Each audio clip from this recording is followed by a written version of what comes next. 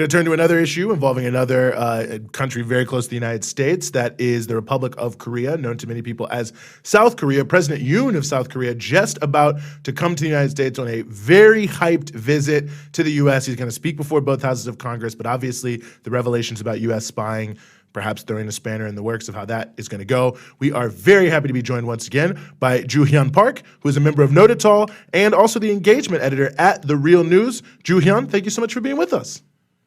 Thanks so much, Eugene. Thanks so much, Rania. It's great to be here with you both. Well, talk to us, if you could, about the significance of this visit to the United States by President Yoon at a time where, so much is happening in terms of the on the Korean Peninsula between, the Koreas and Japan, with the United States also thrown in. Where does this visit, which is going to be a major visit here in the U.S., sit in terms of everything that's happening? Well, I think the top line that we can start with is that this is a pretty huge deal. As you say, there is a lot that is happening and currently unfolding within Korea. And Yoon has a pretty packed agenda that he needs to come to Washington to address with Biden. That covers military issues, it covers economic issues, and that has much wider implications for the role that South Korea will be playing in not only the regional politics of the US against China, but really within the broader globe as well. So I guess one place to start would be to really highlight the economic front. South Korea is in pretty bad shape these days. They've posted a trade deficit for the past 13 months in a row, which is primarily being led by a collapse in semiconductor exports. The background to that is the tech dimension of the US's new Cold War on China. Korea is only caught between a bit of a rock and a hard place. On the one hand, the US is applying pressure for South Korean chip makers like Samsung and SK Hynix to stop exporting to the Chinese market, which used to make up about 60% of those chip sales. And on the other hand, China is responding to US efforts at tech encirclement by strengthening its own chip-making capacity. So this has left South Korea in a bit of a difficult economic situation. So it has been given a bit of a reprieve in the form of a one-year exemption to certain export controls that target China. But it's largely looking like they're not going to be able to adapt in time, even though they are moving production to US factories. This is being followed up by other big electric vehicle producers such as Hyundai that are making the same moves for similar reasons. But the overall effect on the South Korean economy is pretty dire. And that's not only measured in terms of the trade deficit, but also in terms of the effect on the Korean won, which has dropped by 20% in the past year, which, as we're well aware, is primarily going to affect working people.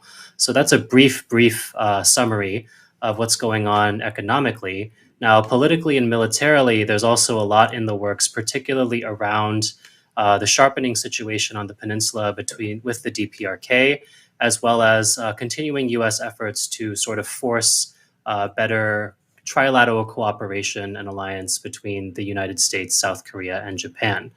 Yoon is currently catching a lot of flack in South Korea for letting Japan off the hook for paying reparations to survivors of its historical forced labor war crimes during World War II.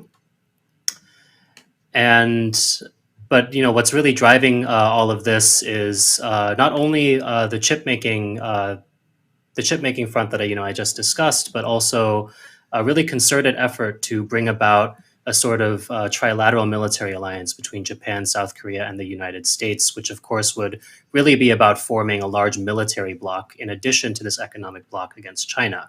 And last but not least, the situation with the DPRK has only been heading further downhill due to Yoon's incredibly hawkish stance, which is backed up by the US. There's not too much that is new to report there necessarily, other than that, the situation is continuing to deteriorate.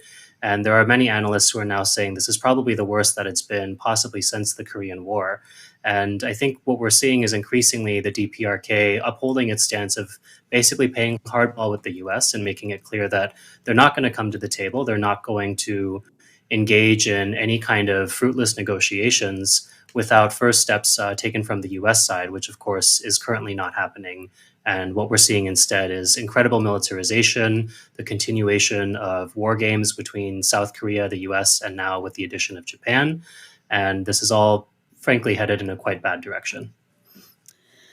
Well, that's all really alarming. I wanted to also raise another issue that has been in the news surrounding South Korea, and that is these leaks, these very confusing leaks that like just appeared online and are being discussed a lot in mainstream.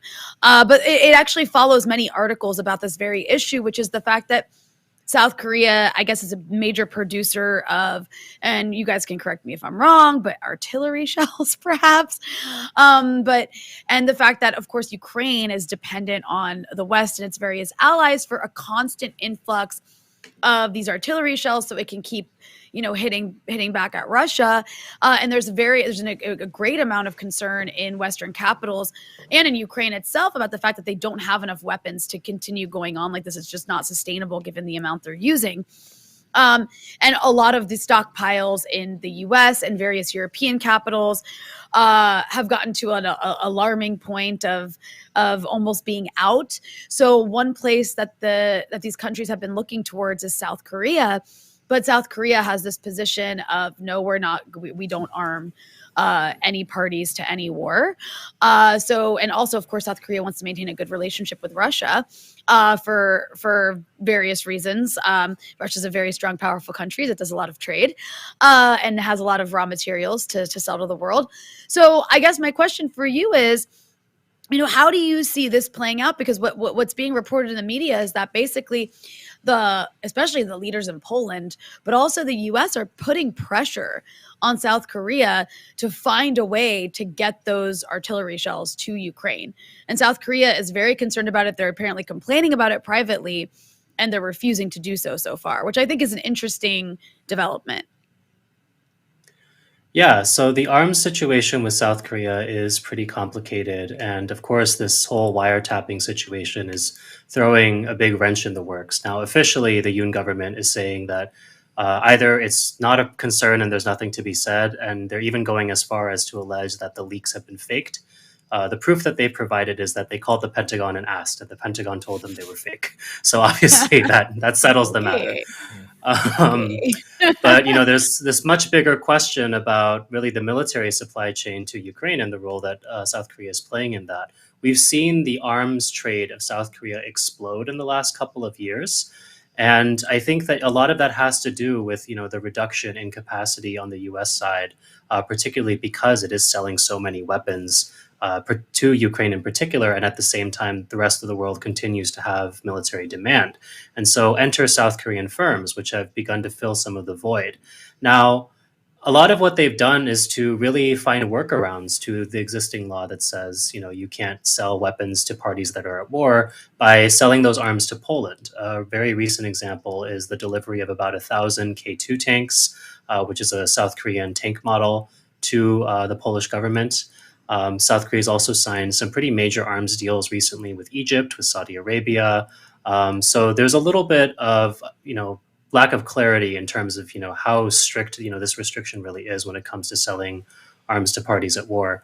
I think when it comes to this question of the artillery shells and whether or not they're going to make it to Ukraine, there may be a little bit of, complaining that was recorded by essentially what looks like CIA wiretapping, but at the same time in that same conversation, which I believe was particularly concerning the delivery of the tanks, the solution that they found was, well, we'll just sell them to Poland. And I think South Korea is likely to continue to look for those kinds of workarounds, particularly under this administration, and particularly because a lot of the largest arms manufacturers in South Korea are in very deep partnership with the biggest weapons manufacturers here in the US. A lot of the projects that are driving the development of this industry in South Korea, such as the South Korean Space Force, the development of its Blue Water Navy, are also, very heavily enmeshed with the U.S. arms industry as well.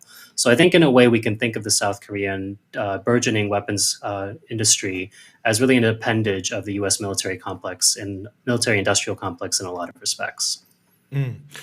There's so many different angles to this that I think are so critical. Obviously there's general elections next year in South Korea. And I wonder, how some of this plays. I mean, that you've got President Yoon coming here. You've got Senator John Ossoff there in South Korea right now, praising him for strengthening the trilateral alliance between South Korea, Japan, and the United States. But I mean, they just passed the Inflation Reduction Act, which, well, we'll see if they make some changes, but in some ways kind of knifes South Korea in the back. You've got them, being pulled now into the conflict with China and with Russia to some degree, which is obviously negative economically. And I can remember when, there were the freak out headlines in the West, when I think China was celebrating some anniversary of the revolution. I think it was President Moon who was there as the key guest. And they're like, oh my God, South Korea moving away. But obviously, there's a lot to be done there with China economically.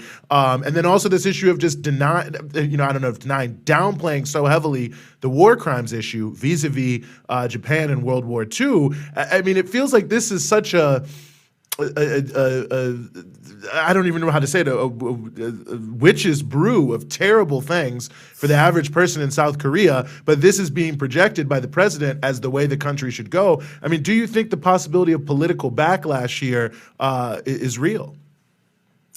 I think we're already seeing the political backlash. I mean, we have seen tens of thousands of people taking to the streets basically every weekend for several consecutive weeks in a row. There is currently a big wave of protests, particularly at universities, specifically regarding the deal that Yoon struck with Japan. There's also a lot of anger that's being brewed up in terms of Japan's position and attitude with regard to not only these historical issues, but also a lot of current questions. Japan and South Korea have a very long-running territorial dispute concerning the Dokdo Rocks, which have been part of Korean territory for centuries, but which Japan claims are theirs. And pretty much as soon as this deal was finished, Japan began to assert more in some of its government publications that that this was the territory of Japan that was being illegally occupied by South Korea, which then resulted in public backlash in South Korea as well. So I think there's a really powerful mix of elements here that are not working in Yoon's favor. I think right now the Japan issue is the really hot button thing because it really does touch an emotional core with the Korean people. But there are also all these other economic factors that I'm mentioning. And the simple fact that, South Korea is not doing very well right now. And that burden is mostly being shouldered by its working people, which at the start of the pandemic, were already dealing with a debt crisis that was about double the national average income. We're already dealing with skyrocketing housing prices. We're already dealing with privatization in education and healthcare and all these other fronts, an elder poverty crisis. I could go on. But, the point being that the position that South Korea is kind of being forced into because of all these different factors, which is mainly being driven by the US's desire to maintain its hegemony in East Asia, is really damaging to the average South Korean person. And while there may not be widespread, there may not be like a widespread discourse that really like breaks down into all of the details that are driving this, I think, people feel it in their pockets, they feel it, in their day-to-day lives. And I think just at the end of the day, when it comes to the Korean people, nobody puts baby in a corner. And I think Yoon is about to find out in a real way in the next couple of years. Yes, that is 100% true. And anyone who is familiar with, the protest movements in South Korea knows that's the real deal. One final thing I just want to ask you actually about that issue, and because you can go on, and I think it's an interesting thing for people in America who are watching this, because so many people were shocked to see Parasite, and the image of South Korea in the world is so like, this shows capitalism is good and communism is bad. And it feels like that there's always a concerted effort to keep the class divisions inside of South Korea outside of the international view and knowledge. And the idea that everyone there is rich, it's all the highest technology ever, all these different things seems very important, not just to the issue of Korea, but the overall way capitalism is presenting itself, U.S. imperialism on a world stage, of like, our allies are great and good, and you should be more like us. Yeah, I think for a long time, South Korea was projected as this ideal model for how third world states could successfully develop through capitalism, through being allies of the US. And I think that that's just been historically disingenuous in a lot of ways. In the first place, the US didn't necessarily want South Korea to become what it did. South Korea has had a very peculiar historical trajectory, in part because its ruling class was able to sort of navigate and work through the contradictions of being a U.S. ally at a real frontline position in the Cold War, particularly vis-a-vis the socialist bloc. And they were really able to leverage that along with other things like participation in the Vietnam War, making nice with Japan in order to deliver a lot of foreign investment into the country, which then resulted in industrialization through the brutal process of the exploitation of the Korean people over decades, through the process of uprooting people from their traditional lands, cramming them into these newly built cities, and throughout the 70s and 80s, working really the longest work hours on Earth in some of the most deplorable conditions that have ever been recorded in human society. And so, South Korea, yes, like as a result of, I think, a very particular governance model of authoritarian state capitalism, has, achieved a certain level of development under this arrangement. But I think that's also very peculiar to its geopolitical position.